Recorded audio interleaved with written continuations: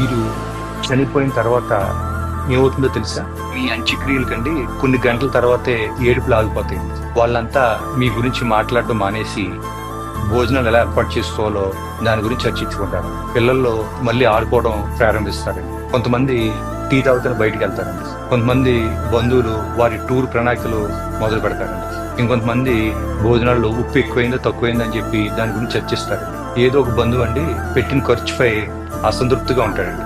మెల్లగా జనాలందరూ వెళ్ళిపోతారు. కొన్ని రోజుల తర్వాత ఏమవుతుందంటేనండి, మీ ఫోన్కి ఎక్కడ అని చెప్పేసి మెసేజెస్ వస్తాయి. మీ ఆఫీస్లో మీ ప్లేస్లో పనిచేయటకు వేరే కొత్త వ్యక్తిని నియమించుకుంటారండి. మీ ఫేస్బుక్ ఫ్రెండ్స్ మీరు పెట్టిన చివరి పోస్ట్ని ఒకసారి మళ్ళీ చూస్తారండి. మీ పిల్లలు సెలవులు ముగించుకుని వాళ్ళ జీవితాల గురించి ఆలోచించడం మొదలు పెడతారు.